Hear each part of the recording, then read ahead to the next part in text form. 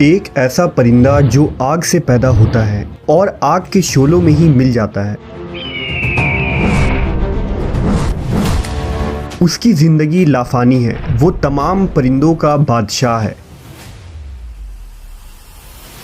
کیا عربی داستانوں کا یہ پراسرار پرندہ صرف ایک افسانہ ہے یا قدیم زمانے میں یہ سچ میں وجود رکھتا تھا؟ اس ویڈیو میں ہم دنیا کے سب سے پراسرار اور دلچسپ پرندہ سی مرغ یعنی فینکس کے متعلق جانیں گے۔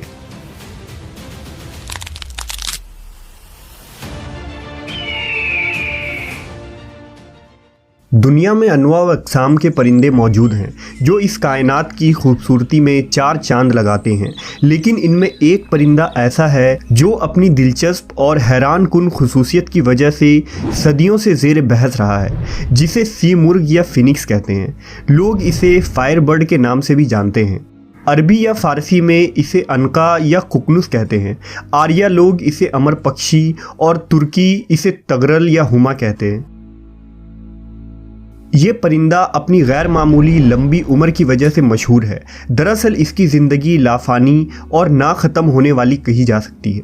اس پرندے کے متعلق مشہور ہے کہ یہ پرندہ 500 سے 600 سالوں تک زندہ رہنے کے بعد خود کو جلا کر راکھ کر دیتا ہے اور پھر اسی راکھ سے اس کے نسل کا نیا پرندہ جنم لیتا ہے۔ اس پرندے کے متعلق ہر تہذیب اور قوموں میں مختلف کہانیاں موجود ہیں، خواہ قدیم چین ہو، فارس ہو، بھارت ہو یا عرب ہو۔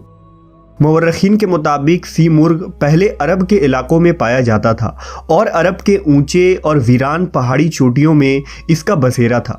یہ پرندے کوہ قاف میں رہتے تھے جو قدیم دور کا ایک پراسرار اور طلسماتی شہر تھا۔ کہتے ہیں کہ اس پرندے نے کبھی زمین کو نہیں چھوا اور یہ اس قدر اونچائی میں اڑتا تھا کہ اسے کوئی بھی نہ دیکھ پاتا تھا۔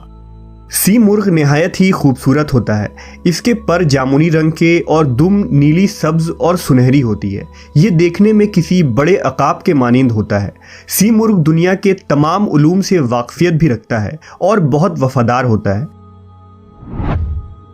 5ویں قبل مسیح میں ہیروڈوٹس نے لکھا تھا کہ عربی لوگ ایک ایسے پرندے میں یقین رکھتے ہیں جسے میں نے صرف تصویروں میں دیکھا ہے، اور ہر 500 سالوں بعد یہ پرندہ خود کو جلا کر نیا جنم لیتا ہے۔ سی مرغ کے آنسو بیماریوں کے علاج کے لیے استعمال ہوتے ہیں اور ان کے آنسوؤں میں بہت سے مرض کی شفا رکھی گئی ہے۔ اسلامی تصوف میں سی مرغ کو ایک اہم مقام حاصل ہے اور صوفیہ اکرام نے اس پرندے کو اپنا موضوع کلام بنایا ہے۔ لہٰذا ایران کے مشہور صوفی بزرگ خواجہ فرید الدین عطار نے اپنی کتاب منطق الطیر میں سی مرغ کا ذکر کیا ہے۔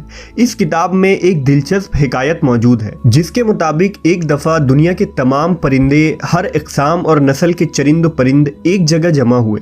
سب نے کہا کہ زمانے میں اس وقت کوئی ملک بھی بادشاہ سے خالی نہیں ہے، مگر ہمارے قوم کا کوئی بادشاہ نہیں ہے، لہٰذا ہمیں رائے مشورہ کر کے اپنا ایک بادشاہ مقرر کرنا چاہیے۔ چنانچہ تمام پرندے سر جوڑ کر بیٹھ گئے اور اس میٹنگ کا آغاز ہوا۔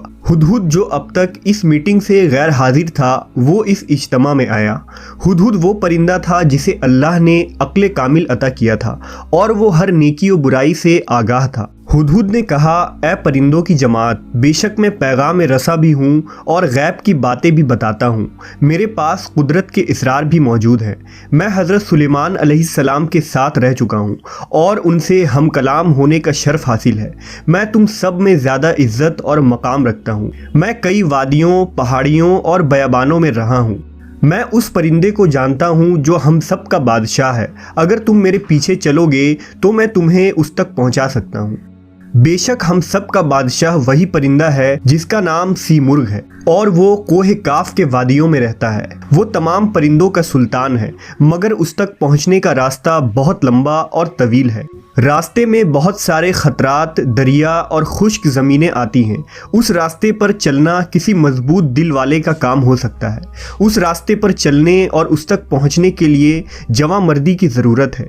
لہٰذا پرندوں کے سلطان سی مرغ کے بارے میں جان کر تمام پرندے اس کو دیکھنے کے لیے بے قرار ہو گئے۔